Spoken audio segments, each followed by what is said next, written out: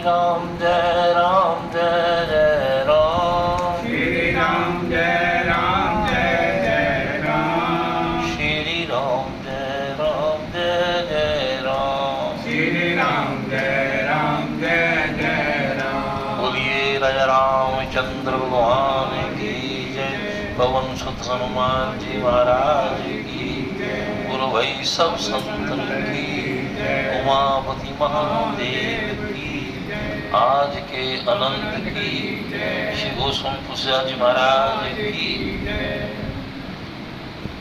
परम पूजनीय श्री गोस्वामी तुलसीदास जी के चरणार बिंदु में विराजमान पवित्र आत्माओं, जीव अनंत काल से अपने स्वरूप के लिए, अपने स्वरूप में रमन करने के लिए, अपने स्वरूप को जानने के लिए भटक रहा है। सनातन के ऋषियों ने 4 मार्ग बताए हैं। इनमें एक भक्ति मार्ग है। भक्ति का अर्थ है अपने इष्ट से निरंतर संबंध का बना रहना, अपने ईश्वर से निरंतर संबंध का बना रहना, ये भक्ति का मार्ग है।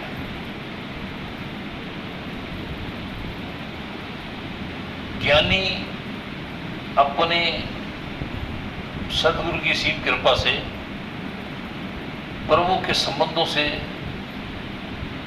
जानकार होकर उसमें अनंत रमन करता है। ज्ञानी जानता है कि ब्रह्म से मेरे 5 अटूट संबंध हैं जो अनंत काल से हैं, उनको तोड़ नहीं सकता। भक्त का संबंध संसार से होता है, उस संसार से टूटकर निरंकार से अपने संबंध बनाता है। वो संबंध कैसे परिपक्व हो, उसके लिए 2 प्रकार की भक्ति कही गई है। नवता भक्ति के 2 प्रकार हैं। एक माता शबरी को जो भगवान श्री राम ने बताई, उसके विषय में लगभग 3-4 सप्ताह से रेगुलर आपको बताया गया। गुरु कृपा से, हरि कृपा से महामुनि नारद जी के भक्ति सूत्र को हम यहाँ पर व्याख्यान कर रहे हैं। पिछले सप्ताह हमने आपको बताया था कि भक्ति का पहला सोपान है श्रवण। श्रवण से भी भक्ति की पहली सीढ़ी चली जाती है। जैसे माता शबरी को जो भगवान ने बताया था, प्रथम भक्ति संतन कर सकना। तो भक्ति जो नारद भक्ति सूत्र है उसमें है श्रवण। श्रवण किससे करोगे? ये संत से संबंध होगा तो श्रवण करोगे ना। संसार से संबंध होगा तो चूली निंदा सुनोगे। किसी संत से संबंध होगा तो किसका चिंतन सुनोगे? हरि का चिंतन सुनोगे। तो श्रवण से परीक्षित ने मुक्ति पाई। आपको वृत्तांत पूरा विस्तार से पिछले सप्ताह बताया गया था। अब दूसरा सोपान है कीर्तन। कीर्तन से भी भगवान से हमारा संबंध बनता है। भगवान की लीला, भगवान के गुण, भगवान का स्वभाव, भगवान का प्रभाव, ईश्वर की कृपा की गाथाएं, तो कीर्तन गाने से प्रभु से संबंध बनता है। कीर्तन है कीर्ति, प्रभु की कीर्ति गाई जाए, प्रभु के गुणों का गुणगान किया जाए। इससे भी प्रभु हमसे संबंध बनता है। इष्ट से जब जीव का संबंध हो जाता है तो उसको कहते हैं भक्त। और भक्त की मुक्ति के लिए इष्ट स्वयं सहायता करते हैं। इष्ट स्वयं संबंध। बाबा नामदेव जी की भक्ति पूर्णता में आ गई, लेकिन जिस समय बाबा नामदेव जी को मुक्ति का मार्ग मिला तो भगवान ने स्वयं कहा कि जब तक विनोबा खेचर के पास नहीं जाओगे तब तक तुम्हारी मुक्ति नहीं होगी। इष्ट भगवान परमात्मा अपने भक्त को स्वयं मार्ग बताते हैं कि तुम्हारी मुक्ति कहाँ होगी। तो नामदेव जी की इतने बड़े भक्त होने के पश्चात भी जब तक पूर्ण ब्रह्म ज्ञानी गुरु विनोबा केचर के पास नहीं पहुंचे तब तो मुक्ति संभव नहीं हुई। भगत धन्ना जी के विषय में हमने अनेक बार सुना है। ठाकुर जी उनके यहाँ गायें चराई, उनके काम भी किए, और वही धन्ना भगत अंततः एक बार प्रभु लीला रची कि अब इसकी भक्ति पूर्ण हो गई है तो इसको मुक्ति का मार्ग कैसे दिया जाए। तो भगवान ने स्वयं व्यवस्था करी। एक बार खेत में गायें चल रही थी तो किसी ने आकर बताया भी धन्य से कि तुम्हारे खेत में गायें चल रही हैं, तो उनको ठाकुर स्वयं देख लेंगे। उनको ठाकुर दास थे उनके, वो ठाकुर को नौकर समझे, ठाकुर मालिक थे, लेकिन भक्ति बस भगवान धन्य के पास थी। तो जैसे ये कहा तो ठाकुर तो सो रहा है, तो जैसे धन्ना भाग कर गया तो प्रसंग कहते हैं कि भगवान चतुर्भुज रूप में चादर लेकर सो रहे थे। जैसे ही धन्य ने चादर हटाई, एक झलक पड़ी चतुर्भुज रूप पर और भगवान अलोप हो गए। धन्ना बहुत रोया, बहुत गिड़गिड़ाया कि प्रभु इस रूप के फिर दर्शन दीजिए, लेकिन वो समय निकल गया, दर्शन नहीं। अंततः धन्य भगत की आंतरिक पुकार सुनकर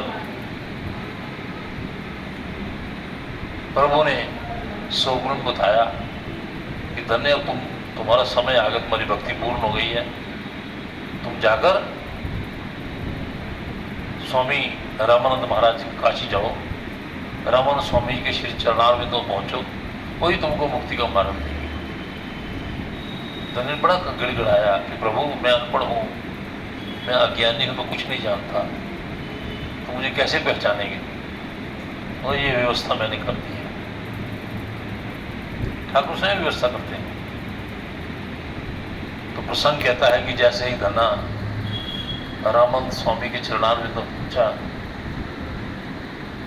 तो हम तो सभी उनको चरणों में प्रणाम करते थे, लेकिन जैसे ही धन्ना वहां पहुंचा तो प्रभु ने पहले संदेशा दिया हुआ था। रामानंद स्वामी को जब प्रणाम करने लगा तो उन्होंने उठाकर गले से लगा लिया। तो शिष्य ने पूछा कि महाराज आप गले किसी को लगाते नहीं हो, तो ये तो अभी आया है, और इसका संदेशा ठाकुर स्वयं दे गए हैं कि धन्ना भक्त आ रहा है, धन्ना मेरा बच्चा, इसको ज्ञान दीजिए। रीते ज्ञान ते मुक्त्या, जीव तेरी ज्ञान के बिना मुक्ति नहीं। लेकिन भक्ति उसका बेस है। जैसे इमारत बनाने के लिए जितनी मजबूत नींव होगी उतनी ही बड़ी इमारत खड़ी होती है। तो भक्ति नींव है, भक्ति साधन धाम है मोक्ष का। तो भक्ति के जो सोपान बताए गए उसमें प्रथम भक्ति है श्रवण, दूसरी भक्ति है कीर्तन, अर्थात प्रभु की कीर्ति गाना। प्रभु की कीर्ति गाने से भी भक्ति की लौ भीतर जगती है, और जब तक भीतर भक्ति की प्रकाष्ठा नहीं पहुंचती तब तक बात नहीं बनती। प्रथम लक्ष्य क्या है, भक्ति का लक्ष्य क्या है? यदि लक्ष्य परमात्मा प्राप्ति है या लक्ष्य माया प्राप्ति है, इसका निर्णय आपको करना पड़ेगा कि मेरा लक्ष्य क्या है। भगवान श्री कृष्ण गीता में कहते हैं, हे अर्जुन, 3 प्रकार के लोग मेरी शरण में आते हैं, आर्थी, दुखार्थी और जिज्ञासु। जिज्ञासु मुझे अति प्रिय, जो मेरे निज स्वरूप को अपनी जिज्ञासा से जानना चाहता है। आर्थी अर्थ के लिए पूजा करता है, दुखार्थी दुख दूर करने के लिए करता है, लेकिन जो दुखार्थी है उसके लिए बाबा कमीशन ने साहब ने कहा ना, दुख में सिमरण सब करे, सुख में करे न कोई, जो सुख में सिमरण करे, दुख काहे कोई। तो भक्ति का लक्ष्य क्या है? एक राजा ने अपने राजधानी में निर्णय किया कि इस वर्ष जो मेरा जन्मदिन है, उस जन्मदिन में सारी नगरी को एक उपहार दूंगा। उसने बहुत बड़ी व्यवस्था करी। बड़े एक खुले मैदान में घर के एक चम्मच से लेकर जितनी भी जीव के जीवन में जरूरियात वस्तु होती हैं, सब की उसने एक प्रदर्शनी लगाई। घर की चम्मच से लेकर कौली, थाली, गिलास, हर प्रकार की वस्त्र, चादर, एक एक हर वस्तु रखी।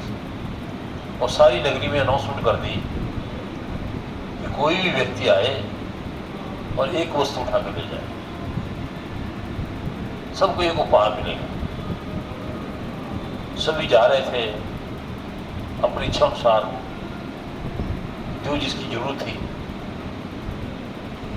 वो उठा रहा था और रास्ते में चल रहा था। और स्वयं राजा महल के ऊपर बैठा सारा दृश्य देख रहा था। उसने देखा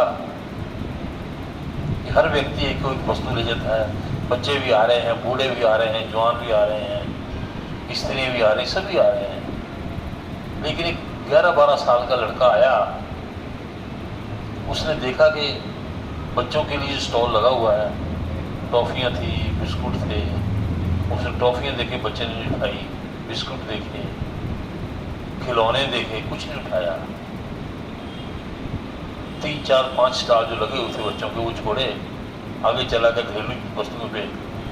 तो जैसे राजा ने देखा बड़ा प्यारा बच्चा है 10-12 वर्ष का, किसी ने ना टॉफ़ी उठाई, ना बिस्कुट उठाए, ना खिलौने उठाए। तो राजा ने अपने सेवादार से कहा, इस बच्चे को क्या चाहिए, जाओ इसको पूछो, तुम 2 वस्तु ले लो, तुम 2 वस्तु ले लो। सेवादार गया। सेवादार ने कहा कि राजा ने कहा है कि शेष सभी तो एक एक वस्तु उठा रहे हैं, तुम 2 वस्तु ले लो। उसने सेवादार के मुख की तरफ देखा, मुस्कुराया और आगे चल दिया। राजा ने सोचा, सेवक ने जाके बताया कि महाराज उसको कहा, उसने सुना है लेकिन ध्यान नहीं दिया, मुस्कुराया, आगे चल दिया। राजा ने सोचा हो सकता है ज़्यादा निर्धन हो, और फिर सेवादार को भेजा कि उसके पास जाकर कहो कि तुम 3 वस्तु उठा लो।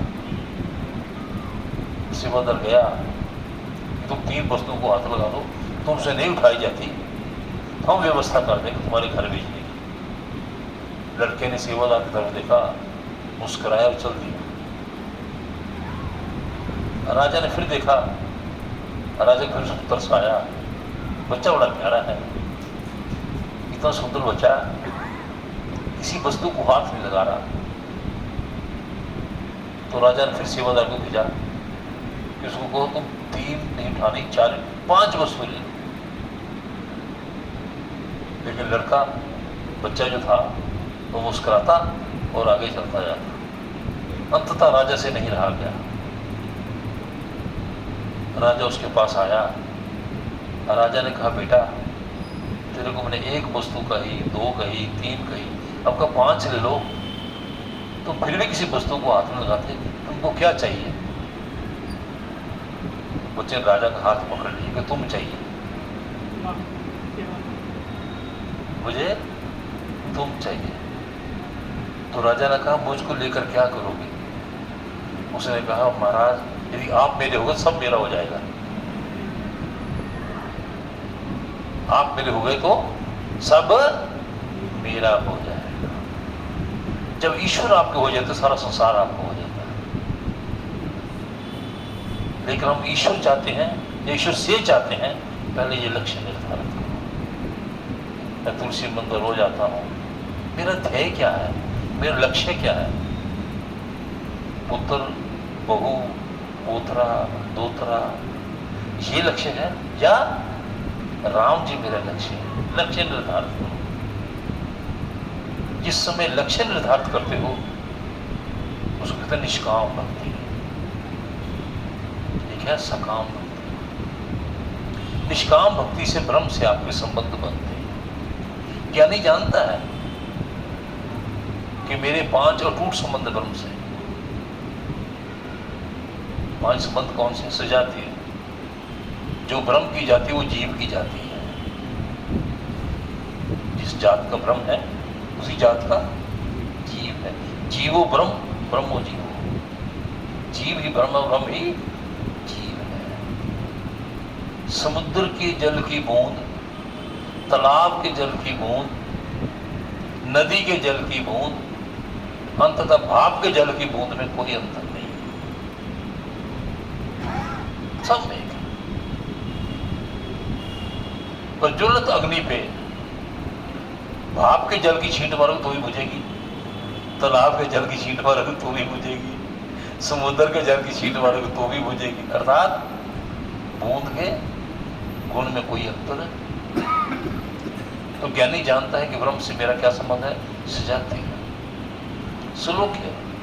जिस लोक में ब्रह्म रहता है उस लोक में मैं रहता हूं। सुलुज जो आनंद ब्रह्म को आता है वही आनंद जीव को आता है। ज्ञानी जीव को नहीं, ज्ञानी। चौथा ये जानता है ज्ञानी कि जो स्वरूप ब्रह्म का है वही स्वरूप मेरा है। सजातीय, स्वरूप्य, सलोक्य, समीप्य। ब्रह्म से जितना नजदीक जीव है, ज्ञानी है, उससे दूसरा नजदीक कोई नहीं। लेकिन ज्ञान के मार्ग में ज्ञानी गुरु कृपा से अपने संबंध को जानता है और भक्ति मार्ग में संबंध बनाना पड़ता है। संसार से संबंध तोड़ना है और परमात्मा से संबंध जोड़ना है। ये भक्ति का मार्ग है। जैसे हमने पहले बताया कि भक्ति के मार्ग में इष्ट स्थायी होता है अपने भक्त की मुक्ति के लिए।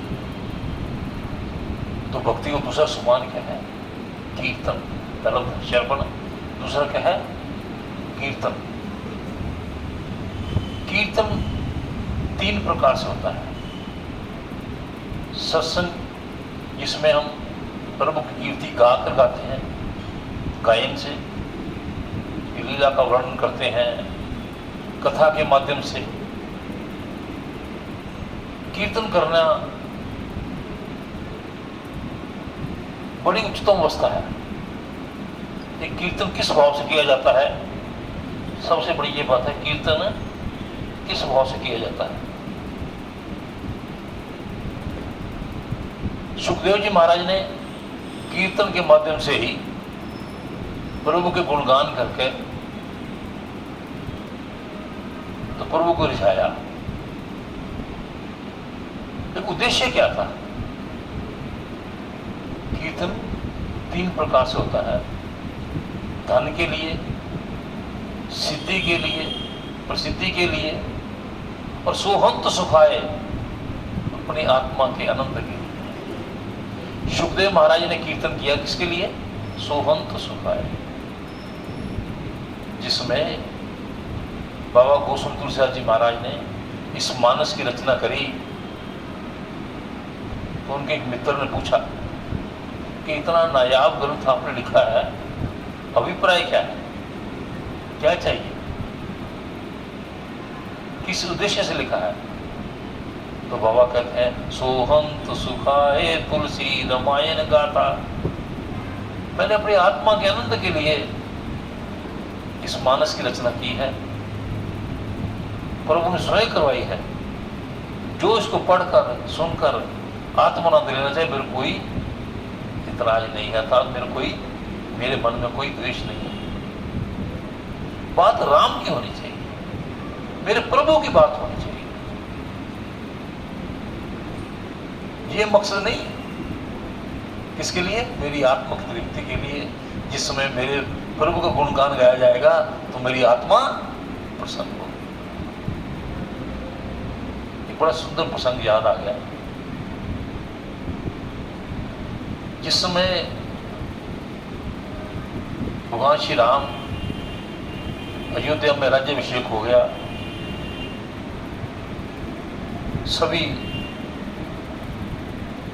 देवी देवता वैकुंठ धाम को चले गए।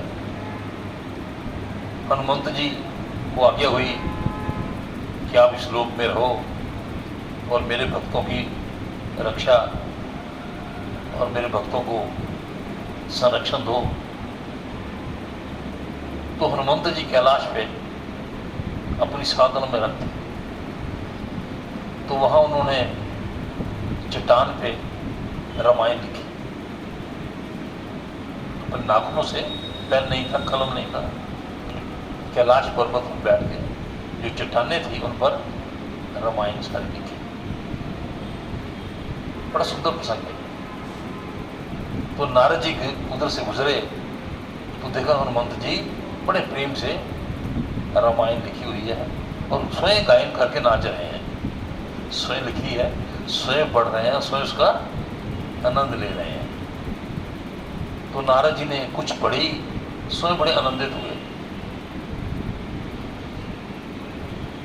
कुछ समय पश्चात महर्षि वाल्मीकि के आश्रम में गए।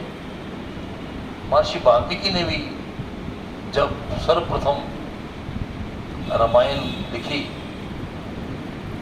तो नारद जी की ही प्रेरणा थी। तो नारद जी ने कहा कि ऋषिवर, जो हनुमंत जी ने रोमांस लिखी है ना, रामायण लिखी है, बड़ी सुंदर है, बड़ी सुंदर है। तो मैंने कुछ पढ़ी, बड़ा आनंद आया। तो महर्षि वाल्मीकि के मन में आया कि यदि इतनी सुंदर रामायण हनुमंत जी लिखी है तो मेरी कौन लिखी, कौन पढ़ेगा। तो कहते हैं कि ऋषि महर्षि वाल्मीकि जी हनुमंत जी से मिलने गए। देखा हनुमंत जी ने जो रामायण लिखी हुई थी उसको गायन कर रहे थे और आनंद से नाच रहे थे। तो महर्षि वाल्मीकि ने कहा, हनुमंत जी इतनी सुंदर रामायण आपने लिखी है, मैंने भी लिखी है। मैंने प्रभु कृपा से रामायण लिखी है। तो उन्होंने पढ़ी। तो हनुमंत जी से कहते हैं कि आपकी लिखी रामायण पढ़ेगी, मेरी लिखी कौन पढ़ेगा। तो देखा जैसे महर्षि वाल्मीकि मायूस हो गए कि इतनी सुंदर रामायण लिखी हुई है हनुमंत जी ने, तो मेरी लिखी कौन पढ़ेगा। तो देखा महर्षि वाल्मीकि मायूस हो गए, ऋषिवर एक काम करते हैं, आओ मेरे साथ। तो जिन शिलाओं पे रामायण लिखी थी, एक कंधे पे सभी शिलाएं रखी और एक कंधे पे महर्षि वाल्मीकि को लिया और सरयू नदी के पास पहुंचे। अपनी शिलाएं सारी सरयू नदी को समर्पित कर दी। अपनी शिलाएं सरयू नदी को समर्पित कर दी। महर्षि वाल्मीकि ने कहा, यह क्या किया कि मकसद मेरी रामायण आपकी रामायण नहीं है। मकसद है मेरे गुरु का, मेरे ईश्वर का, मेरे इष्ट का नाम घर घर और हर दिल में पहुंचे। बस आपने लिखी या मैंने लिखी, बात कोई नहीं है, बात नहीं। तो कीर्तन किस भाव से किया जा रहा है? क्या सिद्धि के लिए, प्रसिद्धि के लिए, या धन के लिए, या सोहंत सुखाए हरि गुण गाथा। हरि का गुण किस लिए गा रहे हैं? सुखदेव जी ने किसी धन के लिए गाया? किस लिए गाया? केवल आत्मा। महर्षि वेदव्यास जी ने एक वेद से 4 वेद की रचना की। इतने पुराण, इतने ग्रंथ, भागवत, जितने भी रचना की, किस लिए की? आज एक छोटी सी कविता लिखता है तो रॉयल्टी मांगने के लिए भाग पड़ता है, रॉयल्टी दे दो, रॉयल्टी दे दो, रॉयल्टी दे दो। क्यों मांग रहा है? मकसद माया है, उद्देश्य सिद्धि है, उद्देश्य प्रसिद्धि है, उद्देश्य ईश्वर प्राप्ति नहीं। सत्संग कौन कर रहा है? किस उद्देश्य से कर रहा है? अपनी आत्मा को नंद देने के लिए कर रहा है, आपको नंदित कर रहा है, या आपसे कुछ एक्सपेक्टेशन के लिए बोल रहा हुआ है कि कुछ मिलेगा। जिसको ये आशा ना कुछ मिलेगा, वो कुछ के लिए लोगों के पास जाएगा, और जिसको ये आशा है कि हरि करेंगे तो हरि करेंगे, उसको कोई रोक नहीं सकता। अनन्य चिंतयन्ता माम ये जना पर्युपास्ते तेषां नित्य मुक्तानाम योगक्षेमयामि। उसका योगक्षेम कौन ध्यान करता है? प्रभु स्वयं करते हैं। किसके लिए? जिसको ना सिद्धि चाहिए ना प्रसिद्धि चाहिए। आजकल कोई समय था सिद्धि से प्रसिद्धि होती थी, अगर प्रसिद्धि से सिद्धि है। पहले संत सिद्ध होते थे फिर प्रसिद्ध होते थे, आजकल टीवी के माध्यम से पहले प्रसिद्ध होते हैं फिर सिद्ध होते हैं, सिद्ध होते हैं कि फिर प्रसिद्ध हो जाते हैं। कलिकाल का प्रभाव। क्योंकि जिस समय आप मांगते हो उसी समय अधूरे हो जाते हो। स्वामी विवेकानंद जी के जीवन की एक छोटी सी घटना। समय उनके पिता बैरिस्टर थे, 8-9 भाई बहन थे। समय का चक्कर चला, धीरे धीरे धन समाप्त हो गया। वो कारोबार करते कोई नहीं थे, पढ़ाई की, गुरु के चरणों में चले गए। तो कभी कभी जोक्ष मिलता, माता अपनी व्यवस्था कर लेती। तो ये जाते घर तो माँ से कहते, माँ तो जो है तुम खा लो, मैं दोस्त के यहाँ खा लूँगा। कभी कोई दोस्त खिला देता, कभी पानी पी के सो जाते। अवस्था ऐसी बन गई। एक बार किसी मित्र ने उनके गुरु स्वामी रामकृष्ण परमहंस से कहा कि महाराज आप जानते हो विवेकानंद की नरेंद्र की स्थिति क्या है? नरेंद्र की स्थिति क्या है? वो मैं जानता हूं लेकिन बताता नहीं है। इतने गुरु के नजदीक थे लेकिन अपनी स्थिति बताते नहीं थे। तो जब भी जाते तो प्रसाद के बहाने स्वामी रामकृष्ण परमहंस से ढूंढने में खींचते थे कि प्रसाद ग्रहण करो, प्रसाद है ग्रहण कर लो। कभी कर रहे थे कभी नहीं करते। एक और स्वामी रामकृष्ण परमहंस ने कहा, अरे मूर्ख, मां से क्या शर्माना? मां से कहो, मां के पास क्या नहीं है?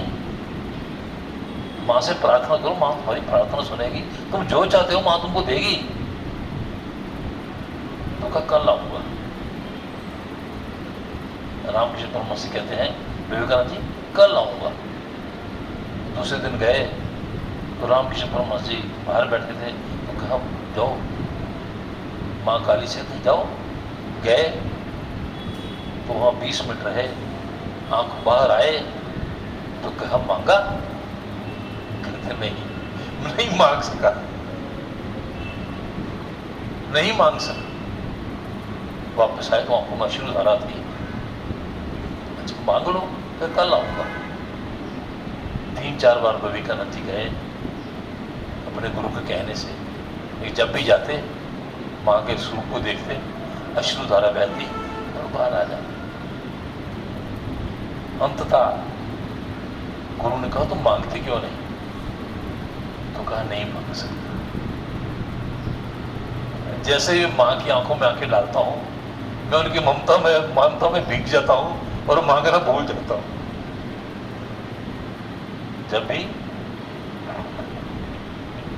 मैं माँ के स्वरूप को मैं डूबता हूं तो मैं मांगना भूल जाता हूं। तो रामकृष्ण परमहंस ने कहा, जिस समय तुम मांग लेते तुम अधूरे हो जाते। तुम मांग लेते तो अधूरे हो जाते। तुम्हारी पूर्णता ऐसी में है कि तुमने मांगा। यदि मांगते तो अधूरे रह जाते। जिस समय हम उस परम पिता परमात्मा से भक्ति मांगने के लिए करते हैं अधूरे हो जाते हैं। क्योंकि पिता सब जानता है, बिन बोले सब कुछ जानता है। किस आगे कीजिए विलास, वो बिना बोले सब जानता है। गुरुद्वारा जी उससे कुछ छुपा हुआ नहीं। घट घट की पट पट की जाने, बड़े बड़े की प्रीत भूषण सब जानता है, लेकिन हम ये नहीं जानते वो सब जानता है। मत कहो नौकरी दो, कारोबार दो, सब देगा वो। कब देगा? जब समर्पण में आ जाओ, तुम चाहिए बस। जैसे बच्चे ने कहा कि तुम, राजा ने कहा तुम मेरे को लेकर क्या करोगे? कि जब तुम मेरे हो जाओगे सारा जग मेरा हो जाएगा। जिन जिन संतों को, भक्तों को हम निरंतर याद करते हैं, जिनके गुणानुवाद करते हैं, उन्होंने क्या किया कि तुम चाहिए, तेरे से कुछ नहीं चाहिए। जब तुम मिलेगा तेरे से मिलेगा मिलेगा, कौन रोक सकता है? क्योंकि भगवान दृढ़ संकल्प है। हमारे आपके किए हुए वचन वाक झूठ हो सकते हैं, लेकिन प्रभु का किया हुआ वाक झूठ नहीं हो सकता। प्रभु डंके की झूठ नन्हे चिंत जनता मां, बस जो केवल मुझ पर पिता परमात्मा नाशी का निरंतर सेवन करता है, उसके योगक्षेम में स्वयं ग्रहण करता है। योगक्षेम का अर्थ क्या है? जो उसके पास नहीं है उसको मैं देता हूं, और जो उसके पास है उसकी रक्षा भी करता हूं।